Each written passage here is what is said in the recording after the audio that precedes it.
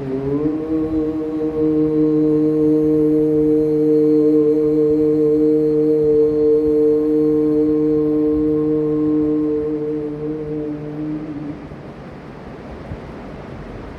ब्रह्माणं विदधाति पूर्वं यो वै वेदांश्च प्रहिणोति तस्मै तमह देवमात्मबुद्धिप्रकाशं मुमुक्षुर्वै शरणमहं प्रपद्ये। ॐ शान्तिः शान्तिः शान्तिः। शङ्करं शङ्कराचार्यं केशवं बादरायणं सूत्रभाष्यकृतौ वन्दे भगवन्तौ पुनः पुनः। ईश्वरो गुरुरात्मेति मूर्तिभेदविभागिने व्योमवद्व्याप्तदेहाय दक्षिणामूर्तये नमः। गुरुर्ब्रह्मा गुरुर्विष्णु गुरुर्देवो महेश्वरः गुरुः साक्षात् परं ब्रह्म तस्मै श्री गुरवे नमः। ओम शांति शांति शांति। बोले सच्चिदानंद भगवान की जय। सद्गुरुदेव महाराज की जय। श्रीमद् देवी भागवत महापुराण की जय। ओम नमः पार्वती पते हर हर महादेव।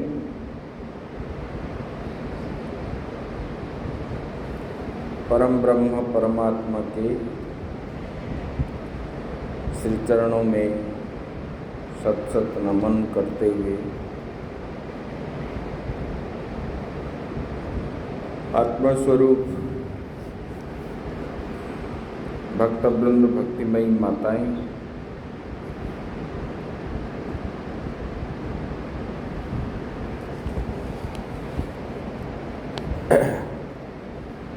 कल जो है सुन रहे थे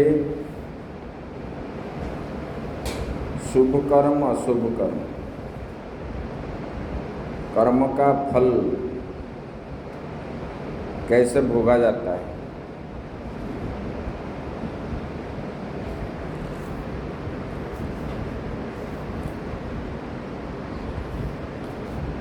बोले कि शुभ कर्म करने से जीव जो है उत्तम गति को प्राप्त करता है।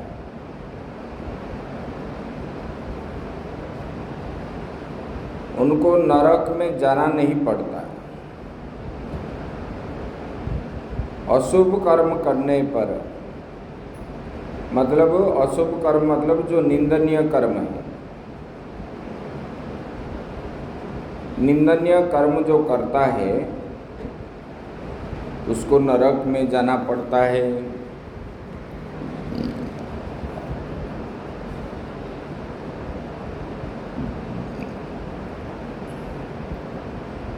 बोले कि एक प्रकार के नरक नहीं है, कर्म के अनुसार विभिन्न प्रकार के नरक हैं। और नरक यातना भोगने के बाद फिर जो है उन्होंने अपने कर्म के अनुसार ही उनको जन्म लेना पड़ता है।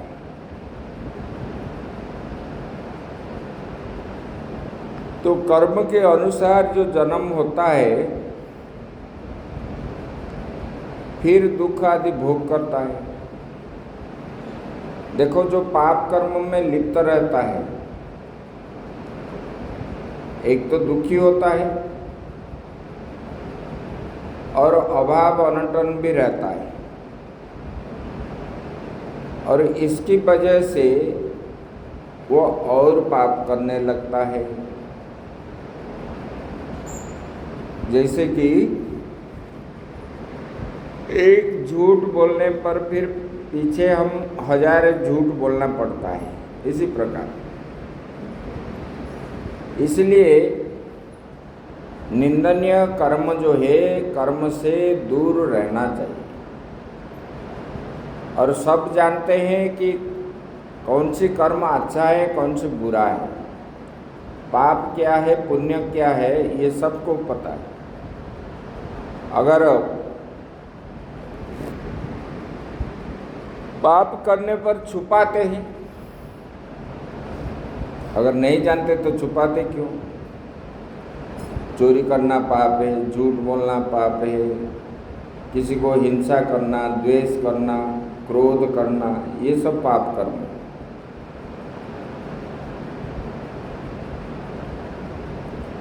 बोले कि नरक में अनेक प्रकार कुंड है, शास्त्र में कहा गया है। और पापियों को जो है वहाँ पर दंड दी जाती है, क्लेशदायक, भयंकर, घोर, कुत्सित, ये सब है।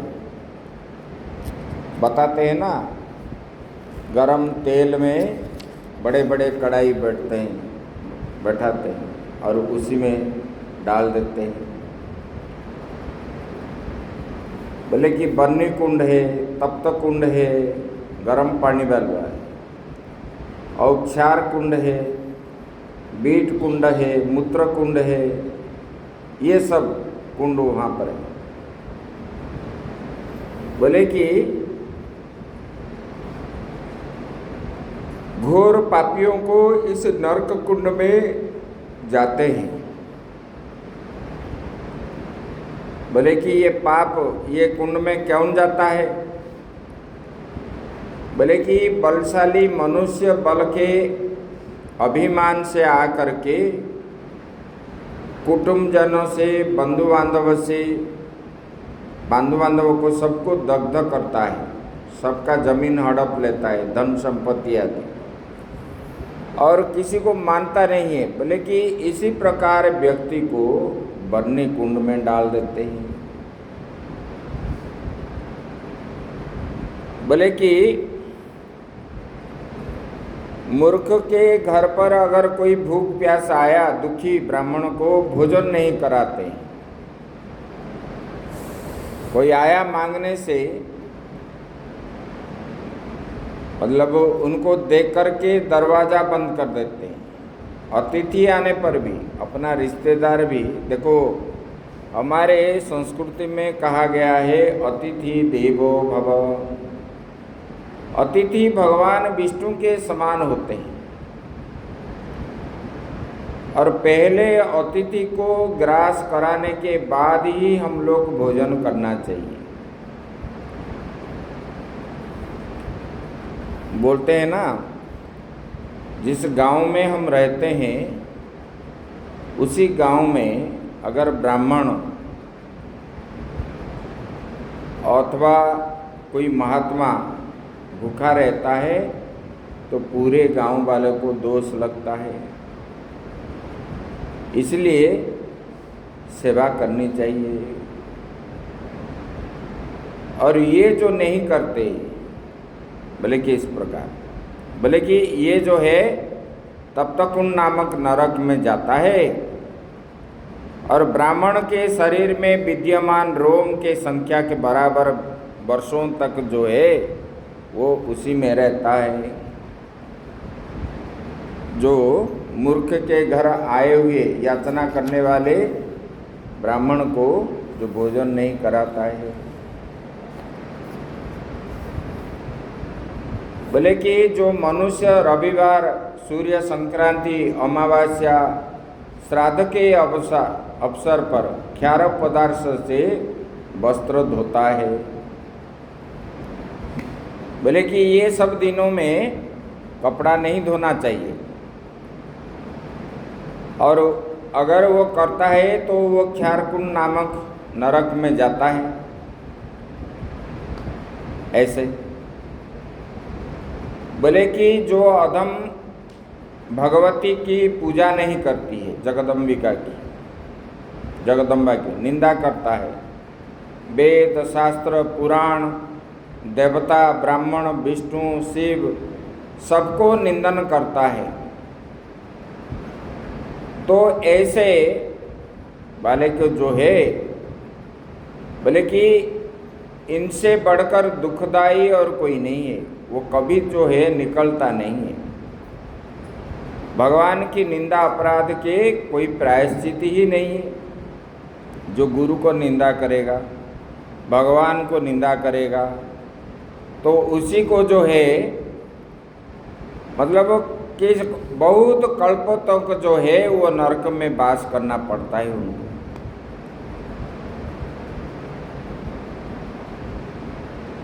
जो ब्राह्मण देवता ये वृत्ति को छीनता है, उनको जो है 60,000 वर्ष के लिए वो बीट कुंड में रहता है। ब्राह्मण का धन जो है मतलब ब्राह्मण कहीं कर्म करके पैसा ला रहा है, रास्ते में कोई ले रहा है। बोले कि ऐसे वाले और किसी महात्माओं का धन मतलब जैसे आश्रम है ऐसे, बोले कि इसमें महापाप लगता है।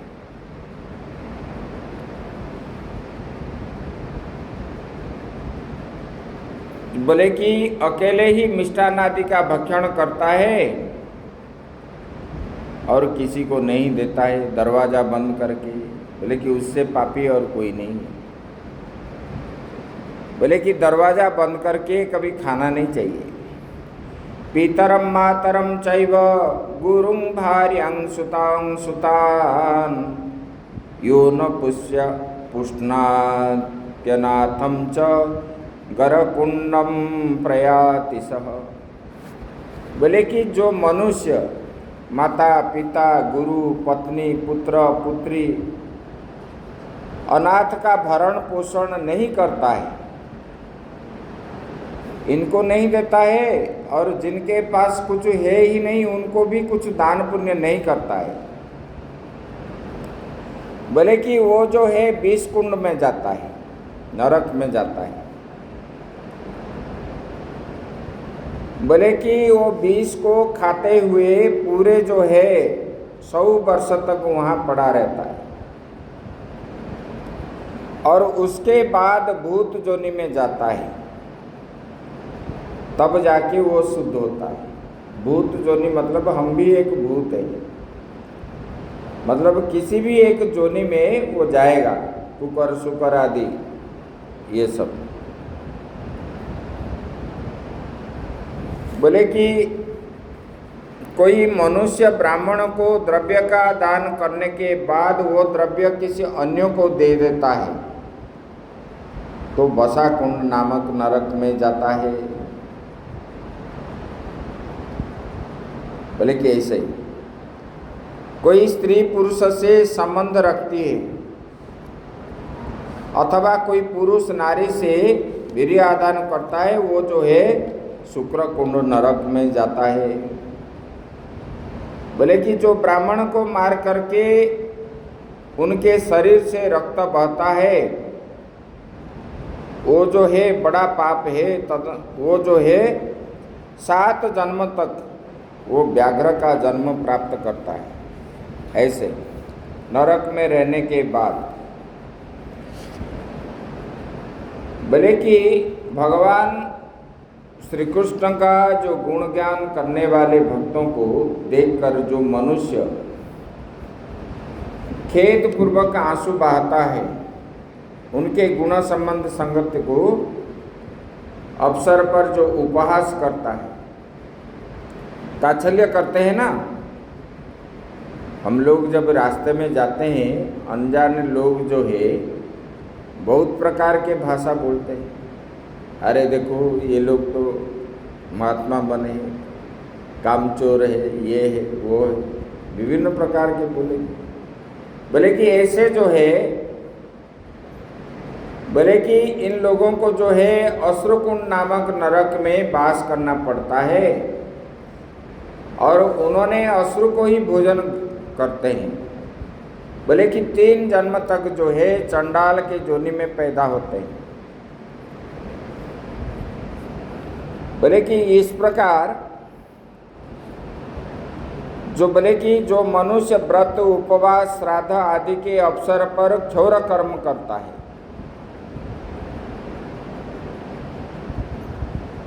व्रतों के दिन, उपवास के दिन, श्राद्ध के दिन कभी खीर नहीं होना चाहिए, मुंडन आदि नहीं होते, नाखून भी नहीं काटना चाहिए।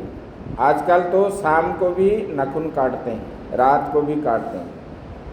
नाखून काटने के बाद स्नान से पहले ही नाखून काटना चाहिए, और नाखून जो है काटने के बाद स्नान करने चाहिए, नहीं तो इसमें दोष लगता है। बोले कि ये भी जो है ये नरक में जाते हैं। बोले कि केश युक्त मिट्टी से बने पार्थिव लिंग की पूजा करता है जो, वो उस मृदा से विद्यमान रजकणों की संख्या के बराबर वर्ष तक जो है केश कुंड नामक नरक में जाते हैं। जो मिट्टी से शिवलिंग बनाते हैं, बना करके पूजा करते हैं, उसी मिट्टी में अगर केश पड़ा हुआ हो तो इसीलिए वो मिट्टी को शुद्ध देखना चाहिए, उसमें भी दोष लगता है। वो जो कैसा जन्म पाते हैं, बोले कि जबन के जोनी में, जो मुसलमान आदि बोलते हैं। बोले कि महामूर्ख मनुष्य अपनी गर्भवती स्त्री के साथ जो सहवास करता है उसी को भी नरक जाना पड़ता है। बोले कि पति पुत्रहीन स्त्री, ऋतुस्नान स्त्री, ये सब जो है जो भोजन आदि करते हैं, बोले कि जो अन्न खाता है वो जलते हुए लोहे कुंड नामक नरक में जाना पड़ता है। 7 जन्म तक उन्होंने धोबी और कौवे की जोनी में जाना पड़ता है। इसी प्रकार बोले कि ब्राह्मण भी शूद्र से स्वीकार नहीं करना चाहिए।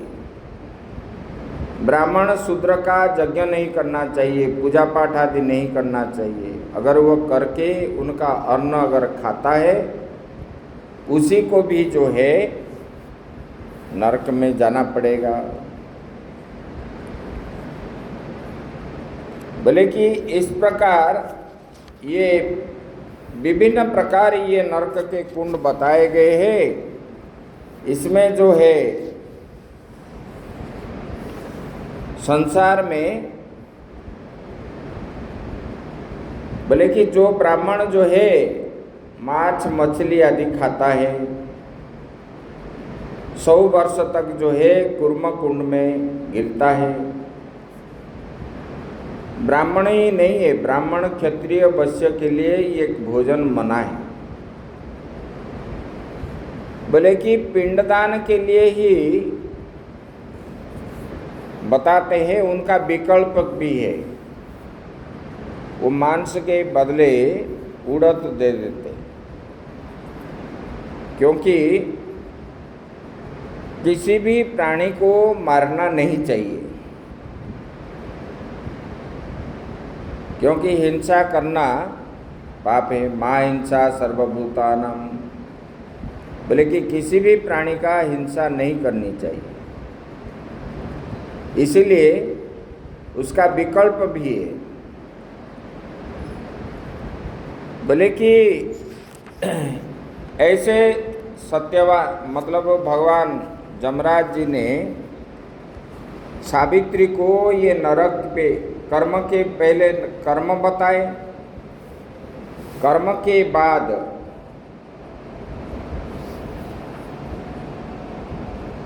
फिर कर्म का फल भी बताए।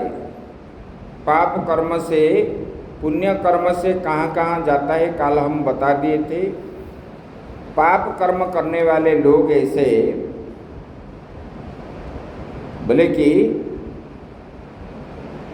आज बताए नरक की बात। अभी बता रहे हैं जमराज जी ने, बोले कि श्री कृष्ण च तदर्चार्य मन्येषां प्रकृतौ सति शिवे च शिवलिंगे च सूर्य सूर्यं मणौ तथा। बोले कि हे सुंदरी, सावित्री को बोल रहे हैं जमराज जी ने। बोले श्री कृष्ण में तथा उनके मूर्ति में, अन्य देवताओं में तथा उनकी प्रतिमा में, शिव में शिवलिंग में, सूर्य में और सूर्य के कांति में, गणेश में गणेश के मूर्ति में। बोले कि जो भेद बुद्धि रखता है, लोग बोलते हैं ना, अरे मैं तो ये भक्त हूँ, मैं इनको क्यों पूजा करूँ, उनके पास क्यों जाऊँ, क्योंकि सब एक ही है। जैसे कि एक व्यक्ति किसी का चाचा बनता है, किसी का मामा बनता है, किसी का पापा बनता है, किसी का भाई बनता है, किसी का बेटा बनता है। एक ही व्यक्ति उपाधि के अनुसार भिन्न भिन्न होता है। ऐसे उपाधि के कारण ही परमात्मा ने विष्णु हुए, ब्रह्मा हुए, शिवजी हुए, गणेश हुए, कार्तिकेय हुए, इंद्र हुए, मतलब अपने कार्य के लिए वही देवी हुए, लक्ष्मी, सरस्वती, पार्वती, दुर्गा, अपने ये, लेकिन एक ही परमात्मा है। और ये सब में एक के रूप में रहते हैं, इसलिए भेद बुद्धि नहीं रखना चाहिए। बोले कि ऐसे भेद बुद्धि रखने वाले लोगों को ब्रह्म हत्या दोष लगता है। बोले कि जो व्यक्ति अपने गुरु, अपने इष्ट देव तथा जन्म देने वाली माता में जो भेद रखता है, भेद मानता है, वो ब्रह्म हत्या के पाप का भागी होता है। गुरु में भी भेद करते हैं कि नहीं करते? देखो, भगवान से द्रोह करोगे तो गुरु आपको बचा लेंगे, लेकिन गुरु से द्रोह करोगे तो कोई भी बचा नहीं सकता। इसलिए गुरु जो है यह काल परकाल का जो है त्राणकर्ता होते हैं। इसलिए नम्र स्वभाव से उनको ये करना चाहिए। देखो आगे कथा आएगी, इंद्र ने दुर्वासा के अपमान किया। कोई भी संत को देखो, आपने भले वो कुछ करे या ना करे, संत की निंदा जो करता है वो घोर नरक में जाता है, चाहे वो भजन करे या ना करे। आप एक क्षण घर छोड़ पाते हो? कम से कम वो भगवान के नाम पे भगवा तो पहन करके घूम रहा है, दिन में तो कम से कम राम राम बोलता है। ऐसा नहीं कि भगवा पहन करके कुछ नहीं करता, कुछ ना कुछ करता रहता है। इसलिए उनके पास ये जो त्याग है, इसलिए वो हमारे नमस्य है। आप भले ही उनको पानी मत दो, लेकिन निंदा नहीं करनी चाहिए। निंदा करोगे तो उनका फल भोगना पड़ता है। मांगने आया, इच्छा हुआ तो दिए, नहीं तो नहीं दिए। फिर उनको गाली गुलज जो सामने करते हैं ना, इसमें बड़ा दोष लगता है।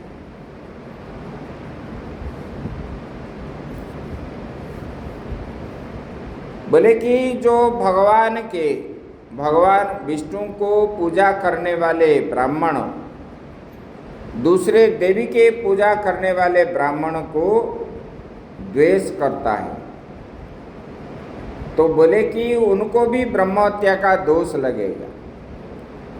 लोग होते हैं ना, जानते नहीं, ये वैष्णव लोग क्या बोलेंगे? बोले कि अरे ये तो शिव जी के भक्त जो है वो तो पाखंडी है, भूत प्रेत का पूजा करते हैं, उनके हाथ से भोजन नहीं करना चाहिए, ऐसे बोलेंगे। और ये द्वेष भी करते हैं। एक बार हमने यज्ञ में चरु बनता है, वो प्रसाद के रूप में, मुझे मालूम नहीं था, हमको इतना भेद बुद्धि आदि नहीं रहता है। हम क्या है, सब लोगों को अपना ही मानते हैं। और एक वैष्णव महात्मा को मैंने वो चरु लेके दिया, उन्होंने स्पर्श ही नहीं किया और ऐसे ऐसे मुझे शब्द बोला, मैं चुप होकर के देखते रह गया और कुछ बोला ही नहीं। महात्मा ये क्या बोलना है, इसलिए हम चुप रहे। तो जिस चरु अन्न को पाने के लिए वो क्या है, लोगों के मन के अंदर जो शास्त्र पूरा नहीं जानते, आधा जानने वाले लोगों को वो क्या जानते हैं कि चरु जिनको संतान नहीं होता है वही पाते हैं और कोई नहीं पाता। लेकिन वो चरु किस लिए बनता है, और उसके अंदर जो है ये चरु अन्न जो बना जाता है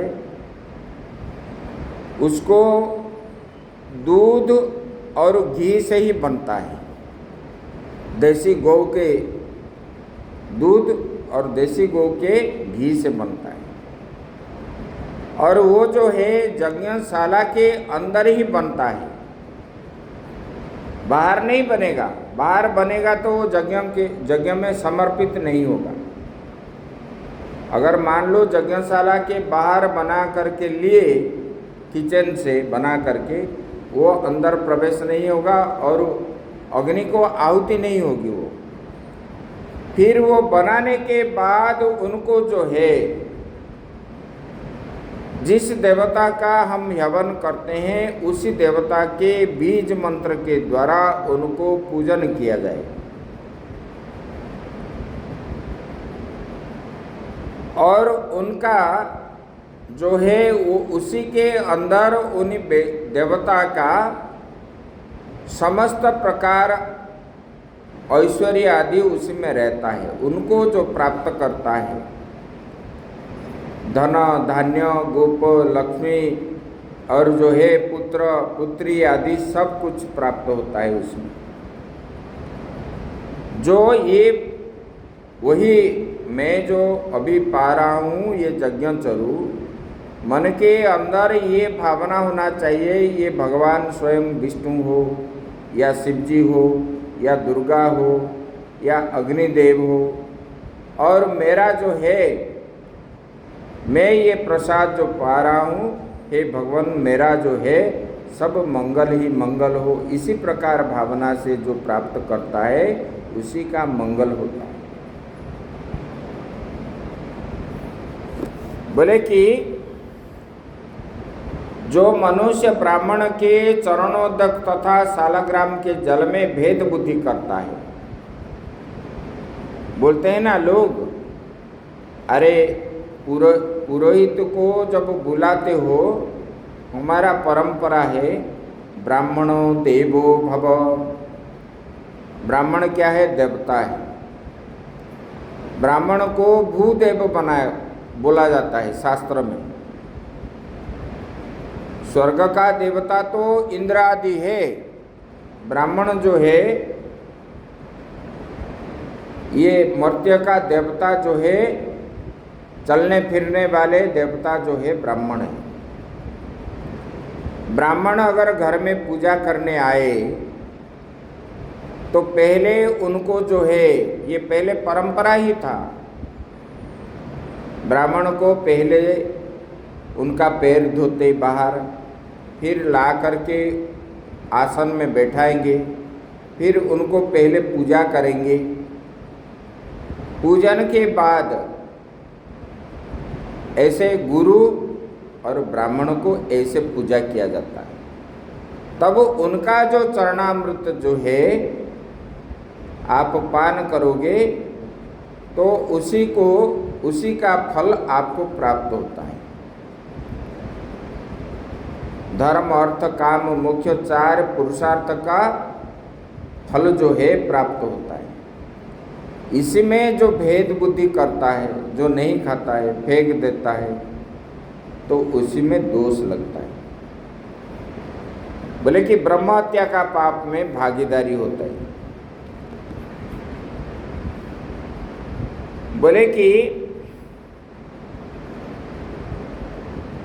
जो शिव जी में भेद करता है, सब देवताओं में भेद करता है, और सब जो है जितने देवता है 33 कोटि देवता 33 प्रकार के, इसमें अगर भेद बुद्धि रखता है उसको ब्रह्म हत्या लगता है। बोले कि प्रधान वैष्णवानां च देवानां सेवमेश्वरम यो नार्चयन्ति निंदन्ति ब्रह्म हत्या लभन्ति ते। बोले कि परम आराध्य, बोले कि परम आराध्य तथा देवताओं के सेव्य परमेश्वर की पूजा नहीं करता है जो वैष्णव, जो ज्ञानी अपने को मानता है और भगवान का भक्त मान करके परम आराध्य देवता जो होते हैं अपने अपने, उसको कभी पूजा नहीं करते और निंदा करते। बोले कि ये ब्रह्म हत्या दोष में वो भागीदारी होती है। बोले कि देवी का निंदा करने वाले, महादेवी की जो निंदा करते हैं, बोले कि वो तो है ब्रह्म हत्या, क्या वो ब्रह्म हत्या से भी सबसे ज़्यादा दोष जो है ब्रह्म हत्या में। बोले कि जितने सारे पाप जिस कर्म में होता है और सब दोष उनको लगता है। बोले कि कृष्णा जन्माष्टमी, श्री राम नवमी, ये शिवरात्रि, बोले कि इस समय में, इस काल में ये जो 5 पुण्य तिथि है, जन्माष्टमी, श्री राम नवमी, शिवरात्रि, एकादशी और रविवार, व्रत जो नहीं करता है, बोले कि वो जो है चंडाल जैसा ही पापी है। वो चंडाल से भी बढ़कर पापी है, वो उसको जो है ब्रह्म हत्या दोष लगता है। शिवरात्रि करना चाहिए, जन्माष्टमी, श्री राम नवमी, ये सब जो है मुख्य जो है इसको करना चाहिए। एकादशी, 24 एकादशी अगर नहीं करते हो, कम से कम बड़े वाले 5 तो करो, ये करना चाहिए। एकादश हम व्रत क्यों रखते हैं? व्रत का मतलब क्या है जानते हो? कल व्रत होगा तो आज रात को मेनू प्रस्तुति हो जाएगा, कल क्या क्या बनेगा आइटम। ऐसे व्रत नहीं होता है। व्रत करते हैं जैसे कि हम पौधे में खाद डालेंगे तो फूल खिलता है, खाद नहीं देंगे फूल नहीं खिलेगा, पानी और खाद देने पर ही वो खिलेगा। इसी प्रकार हम जब भोजन करते हैं, भोजन से मन क्या होता है? उच्चाटन होता है, घूमने का, फिरने का, देखने का, चलने का, मारने का, ऐसे मन जो है मन चंचल बन जाता है। मन को दमन करने के लिए उनको कार्य क्या है? बोले कि व्रत रखना, मतलब खाना नहीं। अपना जो पंच ज्ञानेन्द्रिय, पंच कर्मेंद्रिय और मन जो है 11 इंद्रियों को दमन करने के लिए ही ये व्रत किया जाता है। और व्रत में इधर व्रत करोगे, इधर बोलोगे कि हम ये चीज़ खाएंगे, वो चीज़ खाएंगे। व्रत करने का फायदा क्या है? और व्रत में भगवान का ही नाम लेना चाहिए बिना खाए पिए, तब जो है उसी दिन मन चंचल नहीं होगा। आराम से बैठ के भगवान का चिंतन करो, और चिंतन में भगवान को उसी दिन जो है मन बढ़िया लगेगा।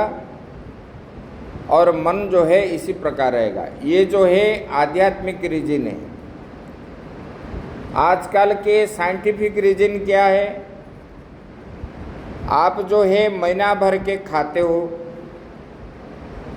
ये पेट जो है ये भी एक इंजन है। जैसे आप ग्राइंडर में पीसते हो ना, दाल आदि पीसते हो कि नहीं, थोड़ा थोड़ा पानी डालना पड़ता है, पीसते हो। ऐसे हम जो भोजन करते हैं, ये भोजन अंदर जाके वो जो है हमारा जो पाक थली है उसी में वो ग्राइंडिंग हो रहा है, घूमता है।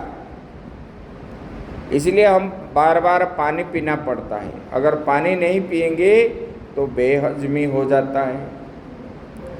तो इंजन जो बार बार घूमता है, कभी बंद नहीं होता, तो उसी को अच्छा रखने के लिए बीच बीच में व्रत रखना चाहिए, नहीं खाना चाहिए, खाली छोड़ना चाहिए। तब जो है शरीर सुस्त रहता है। ये व्रत जो हम रखते हैं स्वास्थ्य के लिए ये अच्छा है। और उसी दिन ना तेल है ना मसाला है, ये सब नहीं खाना चाहिए। और व्रत तोड़ने के बाद भी जो भोजन हम करेंगे शुद्ध सादा होना चाहिए, तेल मसाला आदि नहीं करना चाहिए। अगर करोगे तो डिहाइड्रेशन होगा, क्योंकि दिन भर भूखे रहे। अगर तेल मसाला आदि खाओगे तो उसी में विभिन्न प्रकार के बीमारी उत्पन्न होगा। तो जो भगवान को भोग लगता है, शुद्ध सात्विक अन्न जो है खाना चाहिए, तेल मसाला नहीं खाना चाहिए। आजकल जो है, क्योंकि आप लोग यूट्यूब को गुरु मान लिए, ये यूट्यूब वाले जितने चला है यूट्यूब का, इसमें क्या है, यूट्यूब में जो जो दिखा रहा है उसी को ही बना करके खाते हो तो बीमार पड़ते हो। पहले लोग थे, अभी जितने रोगों का नाम आप सुन रहे हो पहले था क्या? पहले लोगों को ना शुगर होता था, खूब कम, मतलब बहुत कम। और उन लोगों के ना कभी वो विश्राम भी करते थे, नित्य कर्म करते रहे और चलते फिरते रहे। अभी क्या है, ना चलना भी होता है ना कुछ भी होता है, और ना काम भी करते हैं, बस बैठे बैठे रहते हैं। इधर जो है अपच होने का पदार्थ खाते हैं, तब तो बीमार बनते हैं। इसलिए बोलते हैं, बोले कि ऐसे व्रत आदि रखना चाहिए, और व्रत को इसी प्रकार रखना चाहिए। व्रत रख करके भगवान का ही ध्यान करनी चाहिए। व्रत रखे बोल के तो काम नहीं, काम तो घर का करना पड़ेगा। काम भी करोगे, काम करते समय भगवान का नाम लेते लेते करना पड़ेगा। और बीच बीच में पानी में तुलसी डाल दोगे, वही पानी पियोगे, देखो कभी बीमार नहीं बनोगे। यही बोलते हैं। बोले कि गाय को भी नहीं मानना चाहिए। गाय, ब्राह्मण, माताएं, इन लोगों पर हाथ नहीं उठाना चाहिए। जो इन लोगों को मारता है, अपमान करता है, उनको जो है नरक में जाना पड़ता है। बोले कि पैर धोने के बाद पैर को पोंछना चाहिए। अगर गीले पैर में बैठ करके भोजन करोगे, उसी में भी दोष लगता है। बोले कि सूर्यास्त के समय भोजन नहीं करना चाहिए। आरती के समय, शाम के समय कभी भोजन नहीं करना चाहिए, नहीं सोना चाहिए, उसी समय नहीं पढ़ना चाहिए। इसमें दोष लगता है, वो बता रहे। अगर खाओगे पेट जनित बीमार में पड़ोगे, अगर पढ़ोगे आंख दृष्टि शक्ति चली जाएगी। उसके बाद जब रात्रि होगी तब आप पढ़ सकते हो, लेकिन उसी समय जो है आधा घंटा 15 मिनट जो है, जहाँ सूर्य जाने का समय है, रात्रि का आगमन है, उसी समय नहीं पढ़ना चाहिए। और भोजन नहीं करना चाहिए, स्त्री के साथ सहवास नहीं करना चाहिए, ये सब बताया गया है। इसमें दोष लगता है। और ब्रह्म मुहूर्त में ही उठना चाहिए। ब्रह्म मुहूर्त मतलब रात्रि अंतिम दिन का आगमन, उसी समय से पहले ब्रह्म मुहूर्त में जो नित्य उठ करके स्नान करता है वो कभी बीमार नहीं बनता है। अगर श्वास रोगी भी सूर्य उदय से पहले ठंडा पानी से स्नान करता है, उनको बीमार कभी नहीं बनेगा। जो आजमा पेशेंट है,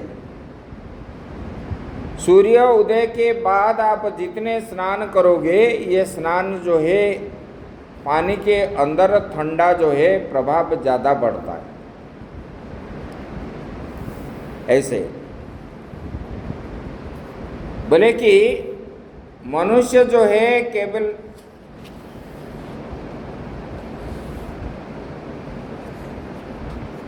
ऐसे बता दिए नरक का। बोले कि जो अहंकार के कारण विष्णु, शिव, शक्ति, सूर्य, गणेश, इन सब देवों का मंत्र जो है दीक्षा आदि ग्रहण नहीं करता, उससे जो है अधिष्ठित कहा गया और उनको जो है नरक में जाना पड़ता है। देखो दीक्षा भी जो है ना, हमारा नियम है, अपने शास्त्र का नियम है, जब हमको 11 साल होता है उसी समय दीक्षा लेनी चाहिए। 11 साल में, जब 11 साल के अंदर हमारा जो सटकर्म होता है, जन्म से एक एक कर्म होता है कि नहीं, एक तो नाभि छेदन होता है, वो एक कर्म हो गया। फिर जो है नामकरण होता है, वो भी एक संस्कार है। फिर जो है पहला जो है मुंडन कार्यक्रम होता है, उसके बाद फिर जो है चूड़ाकरण होता है। चूड़ाकरण मतलब अपना जो है कर्णवेद बोलते हैं उनको, कान को जो है छेद करते हैं, ये एक संस्कार है। ये संस्कार के समय ही दीक्षा लेनी चाहिए। और बाद में नहीं लेना चाहिए। और जितना जो है उम्र होता रहेगा, इतना जो है आपका बचपन में जो संस्कार, आप लोग क्यों है, लोग आजकल तो सब लोग दीक्षा लेते हैं, दीक्षा लेने के बाद करते क्यों नहीं है? क्योंकि बचपन में जो संस्कार पड़ा हुआ है, अभी देखो आप लोग सभी को, अभी आपको ज़्यादा जहाँ पले हुए हो उसी स्थान का याद आता होगा सबको। जहाँ हमारा 15-20 साल तक हम जहाँ रहे, जिस संस्कार से रहे, वो संस्कार जो है जीवन भर अपने अंदर रहता है। इसकी वजह से ये मन जो है उसमें नहीं जाता है, और नहीं करने पर दोष भी लगता है। इसलिए ये जो बताया गया शास्त्र में, छोटी उम्र से ही लेना चाहिए और उनको नित्य करना चाहिए। जिन जिन लोगों ने लिए भी, देखो प्रहलाद जी ने स्पष्ट बताए, ध्रुव जी ने बताए, अपने सखाओं को उन्होंने बताए, बोले कि देखो ये तो भगवान का भजन जो है बचपन से ही करना चाहिए, शास्त्र में बताया गया।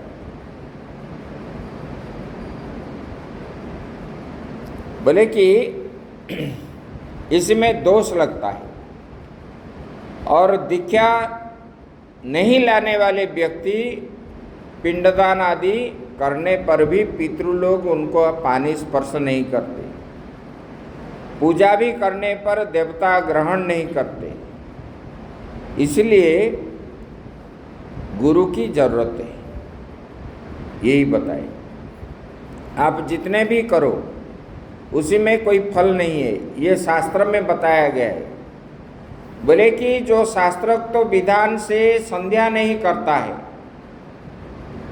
संध्या मतलब जो त्रिसंध्या है, ब्रह्म मुहूर्त में सुबह, मध्याह्न के समय और जो है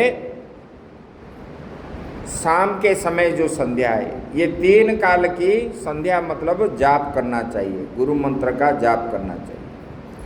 ये कौन करेगा? ब्राह्मण क्षत्रिय वैश्य के लिए कहा गया है, पुरुष और स्त्री उभय को कहा गया है, जाप करनी चाहिए। मान लो मध्याह्न संध्या नहीं कर पाते हो तो सुबह और शाम दोनों संध्या करनी चाहिए।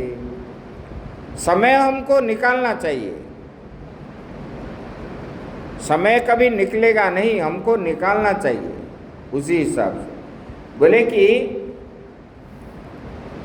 कि जो नहीं करता है उसी को नरक में जाना पड़ता है। बोले कि इसी प्रकार बोले कि वाराणसी, बदरिकाश्रम, गंगा सागर संगम, पुष्कर क्षेत्र, हरिहर क्षेत्र, प्रभास क्षेत्र, कामाख्या पीठ, हरिद्वार, केदार क्षेत्र, मातृपुर, सरस्वती नदी के तट, वृंदावन और गोदावरी नदी, कौशिकी नदी, त्रिवेणी संगम। बोले कि ये तीर्थों में मनुष्य जो है कामना पूर्वक दान लेता है, वो तीर्थ प्रतिग्रही है। बोले कि इसमें जा करके अगर दान ले लिया, रास्ते में जाते समय भी लोग देते हैं, बोले कि उसको लेना नहीं चाहिए। आप क्या बोलते हो? फ्री में मिल रहा है तो खा लेंगे लंगर में, बोलते हो कि नहीं? लेकिन वो फ्री में मिला हुआ चीज जो है कितना खतरनाक है ये आप नहीं जानते। देखो, जो दान करता है वो पुण्य के लिए करता है कि पाप के लिए करता है? पहले बताओ।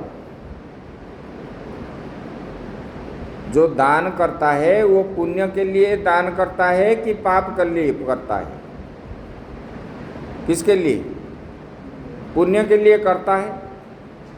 पुण्य के लिए करता है मतलब वो पाप छुड़ाता है कि नहीं? और हम उनका पाप हम खाएंगे तो उनको जो है वो पुण्य प्राप्त होता है। और ये जो बांटते हैं, हम लेते हैं, खा लेते हैं, आनंद से मिल रहा है, वो पाप को ही हम खा रहे हैं। यही बताया गया है। ये किसने हजम करेगा? बोले कि ब्राह्मण को, महात्मा को, ऐसे जो संध्या बंदन करने वाले लोग जो होते हैं, गंगा के किनारे पुण्य तीर्थ में ये लोग निवास करके भजन जो करते हैं, वो भजन के माध्यम से उनका हजम होता है। जो भजन नहीं करता उनको भी ग्रास करता है। हमारे एक महात्मा थे सन्यासी, वो कभी भजन नहीं करते थे और उन्होंने रोज भंडारा जाएंगे, खाएंगे, इधर उधर जो लंगर फंगर आदि। कम उम्र में उनको जो है इतने सारे बीमार हो गया पेट को, और डॉक्टर भी पहचान नहीं पाया। भजन नहीं करने वाले पाप को खाओगे तो उसी में बहुत प्रकार के बीमारी, यही हरिद्वार में ऐसे होता है हर जगह में।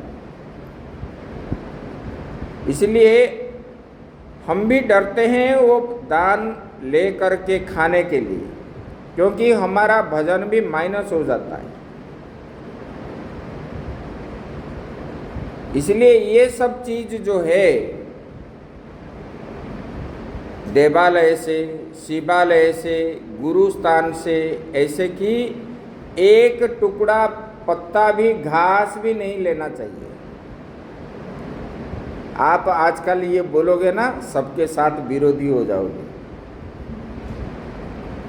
इसमें दोष लगता है और दुख भोगना पड़ता है। गुरु स्थान से, अपने लड़की के घर से, ब्राह्मण के घर से कोई भी पदार्थ जो है देने पर भी नहीं लाना चाहिए, इसमें दोष लगता है। लड़की के घर से भी कुछ भी नहीं लाना चाहिए। हाँ, जब अकर्तव्य हुए, भोजन आदि नहीं मिल रहा है, वो सेवा करती है, वो बात अलग है। जब बीमार बन गए, उठ नहीं पा रहे हो, उसी समय करने से दोष नहीं लगता है। वो सतत प्रवृत्त आकर के अगर करती है, करते हैं, लेकिन जब सर्व सामर्थ्य है, हाथ पाँव है, काम करते हो, सब कुछ है, और उन्हीं से नहीं लाना चाहिए, इसमें दोष लगता है। यही बता रहे। बोले कि देखो, उनको भी जो जो जोनि प्राप्त होता है कर्म के अनुसार, वो बताते हैं। बोले कि पुंसली स्त्री का अन्न खाता है जो लोग, वेश्या का, और इसके साथ जो भोग करता है, मरने के पश्चात जो है कालसूत्र नामक नरक में जाता है, और वो जो है बहुत वर्ष तक उसी में रहता है। बोले कि वो जो है मानव जोनि में बाद में आता है और सदा रोगी बनता है, जीवन भर वो रोगी बनता है। बोले कि जो पतिव्रता तथा 2 पति वाले स्त्री उल्टा कही गई है, 3 पति वाले स्त्री को दर्शिनी, 4 पति वाले को पुंसली, 6 पति वाले को वेश्या, इसी प्रकार। बोले कि ऐसे वाले वेश्या के संबंध जो रखने वाले महावेश्या कहा गया है। बोले कि ये जो है अस्पृश्य है। बोले कि इन लोगों के धन जो खाते हैं, उनके साथ बैठते रहते हैं। बोले कि ये जो है 800 वर्ष तक जो है पुंगीगामी 1000 वर्ष तक निवास करता है। बोले कि ऐसे कामुक व्यक्ति मरने के 1000 वर्ष तक वो जो है नरक में पड़ता है। जमदूत जो है उनको बड़ा दंड देते हैं। बोले कि ऐसे वाले व्यक्ति वृक्ष बनते हैं अंत में। ये वृक्ष शरीर भी जो है, ये भी पाप कर्म के फल है। कई कई जो है 100 साल, 200 साल, 400 साल, 500 साल ऐसे वृक्ष रूप में ही रहेंगे। उसके बाद उनका कर्म खत्म होता है, वो फिर जो है फिर मनुष्य जोनि प्राप्त होता है। हमारा जैसे सब कुछ है, उनके भी ऐसे सूक्ष्म शरीर है। बोले कि स्थावर जंगम ये जो है, ये सब जीव है। बोले कि सूर्य ग्रहण के अवसर पर, चंद्र ग्रहण के भोजन जो करता है, अन्न के दानों के संख्या के बराबर वर्ष तक जो है नरक में रहता है। मनुष्य जन्म में उत्पन्न होता है और जीवन भर वो उदर पीड़ा से रहता है। इसलिए ग्रहण के समय भोजन नहीं करना चाहिए। सूतक जो है जितना समय बताया गया उसी समय से भोजन नहीं करना चाहिए, पानी पीना चाहिए और बाहर भी नहीं निकलना चाहिए। ग्रहण को भी देखना नहीं चाहिए, देखने से आँख भी खराब होता है। लोग जाते हैं ना, हम दर्शन करेंगे, नहीं देखना चाहिए। इसी प्रकार कर्म के अनुसार जो है पापियों को विभिन्न भिन्न भिन्न प्रकार के जो है जन्म लेते हैं और बोले कि बोले कि देव उपासना करने वाले पुण्य कर्म जो है वो भी जो है जो रोज वेद शास्त्र आदि पढ़ता है, संहिता पुराण इतिहास ये सब पाठ करता है, बोले कि सबको जो है सुनाता है, खुद पढ़ता है और खुद करके दूसरे को सुनाता है। बोले कि ऐसे वाले लोग जो है उत्तम कुल में जन्म होते हैं और उनको जो है जरा व्याधि दुख आदि संतप्त नहीं होते। और ये पढ़ते पढ़ते जिनको जो है ये कर्म का छूट जाता है वो तो परमात्मा को ही प्राप्त होता है। बोले कि कुंडानि यमदूतैश्च रक्षितानि सदा शुभे न हि पश्यन्ति स्वप्ने च पंचदेवार्चका नरा। बोले कि जो देवता का आराधना करने वाले मनुष्य जो है विष्णु का, शिव जी का, गणेश का, दुर्गा का, ये पंच देवता का जो रोज पूजन करते हैं, वेद पाठ आदि करते हैं, बोले कि इन लोग जो है स्वप्न में भी नरक का दर्शन उनको नहीं होता है और उत्तम कुल में जन्म होते हैं। इसलिए श्रवण नित्य करना चाहिए, चाहे समझो या ना समझो। बोले कि तीर्थ में लोग जाते हैं, एकादशी करते हैं, भगवान श्रीहरि का नित्य प्रणाम करते हैं और उनकी प्रतिमा पूजा करते हैं। बोले कि वो जो है उनको कोई भी ले नहीं सकता और वो कभी भी जो है नरक में नहीं जाता, उनको भगवान के पास। अभी देखो वृंदावन आप जाओ, द्वारिका जाओ, पुरी में जाओ, लोग जो है 12 महीना रह करके भगवान के पास मंदिर में ही रहेंगे और कुछ मिल गया तो खा लेते हैं, क्योंकि वहाँ तो ये पुरियों में कोई उपवास नहीं रहता है। अयोध्या, मथुरा, माया, काशी, कांची, अवंतिका ये 7 पुरी है। अयोध्या एक पुरी है, हरिद्वार एक पुरी है, मायापुरी हो। अयोध्या, मथुरा एक पुरी है, माया मतलब हरिद्वार है। काशी एक पुरी है, कांचीपुरम एक पुरी है, उज्जैनी अवंतिका जो है उज्जैनी एक पुरी है और पुरी एक पुरी है। बोले कि इसी क्षेत्र में कोई भी उपवास नहीं रहता है, भोजन जैसे भी ये मिल जाता है।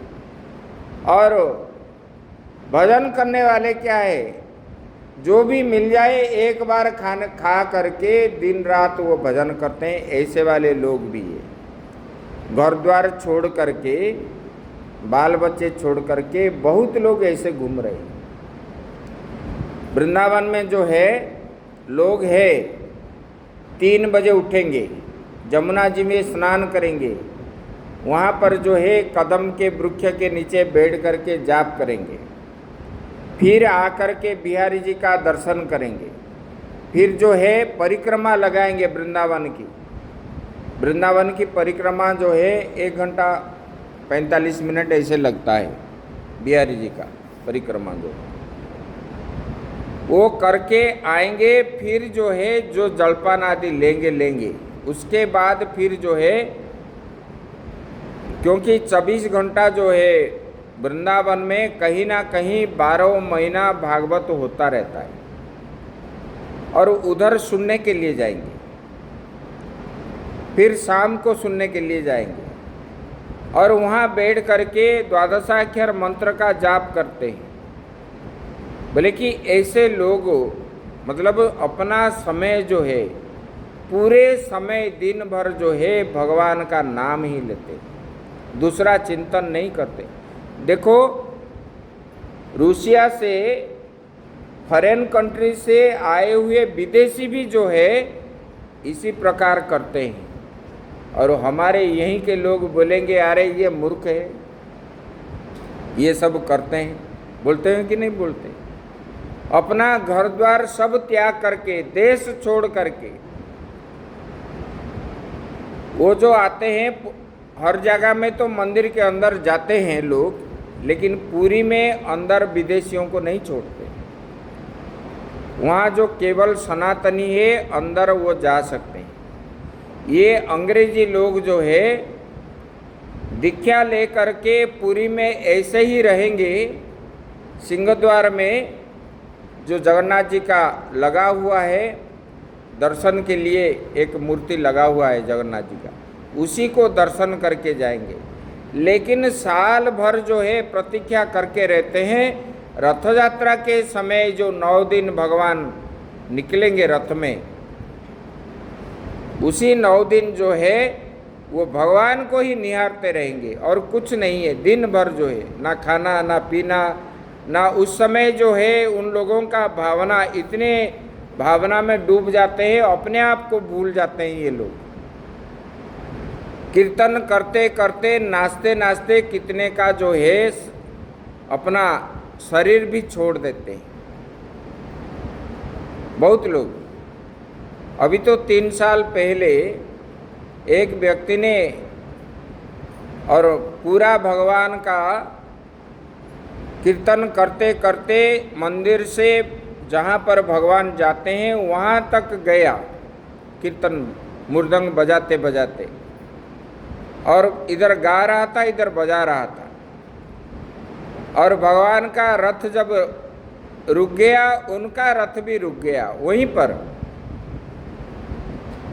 और भगवान को देखते देखते, इसलिए बोलते हैं कि रथे तु वामनम दृष्ट्वा पुनर्जन्म न विद्यते। रथ के ऊपर अगर भगवान को दर्शन जो करता है उसको जो है पुनर्जन्म नहीं मिलता है, मुक्ति मिल जाती है। इसलिए लोग जो है तरसते हैं देखने के लिए। इसी प्रकार बोले कि धार्मिक विचार करने वाले और हर समय मन जो है भगवान में ही रखने वाले लोगों को जो है ये सांसारिक दुख से निवृत्ति हो जाते हैं, और उनको दुख आने पर भी वो दुख जो है अपने आप चला जाता है। देखो भगवान में आस्था रखे तो मीरा जी ने उनको विष भी विष नहीं हुआ, अमृत बन गया। प्रहलाद जी के लिए भी ये तो दृष्टांत है पुराण का। अपने वास्तविक जीवन में भी कुछ लोगों को भी ये हाल होता है। जो भगवान के ऊपर दृढ़ विश्वास रखने वाले, वो विष भी उनके लिए अमृत बन जाता है। ऐसे बोले कि हे देवी, जो भगवान का पुण्य करने वाले लोग जो है ये कभी नरक दर्शन नहीं करते, और उनको जो है कभी जो है ये नहीं होता, ये प्रकार बोलते हैं। बोले कि मरने के बाद, बोले कि सूक्ष्म शरीर तो नष्ट नहीं होता है और दीर्घ काल तक प्रहार करने पर भी नष्ट नहीं होता। बोले कि ये जातना शरीर न तो जल में नष्ट होता है और न दीर्घ काल तक प्रहार करने पर नष्ट होता है। बोले कि ऐसे, बोले कि ये जो है ये जातना शरीर दुख भोगता है जो पुण्य ये कर्म करने पर, ऐसे नरक आदि भोगता है। ये इस प्रकार बता दिए। और नरक कुंड में बोले कि जातना का वर्णन बताए और कैसे जन्म लेना है ये भी बता दिए, और पुण्य कर्म का फल भी जमराज जी ने बता दिए। उसके बाद धर्मराज जी जो है सावित्री से भगवती की महिमा बता रहे हैं। बोले कि देखो, ये मूल प्रकृति रूपा जो माया है, जिसके कारण ये संसार बनी हुई है, और जिन्होंने ये संसार को बनाया, बोले कि इसका जो है, जो पूजन करता है तो वो जो है उन्हीं को ही प्राप्त होता है। ये स्तुति जो है पति को, जीवन दान देने वाले आपके पति को, वही धर्मराज ने बताया। बोले सावित्री को, बोले कि सत्यवान जो जीवित होने वाला है वही देवी ही आपके पति को जीवन दान देंगे, तुम उन्हीं का उपासना करो। इसकी चर्चा हम कल करेंगे। ओम पूर्णमदः पूर्णमिदं पूर्णात् पूर्णमुदच्यते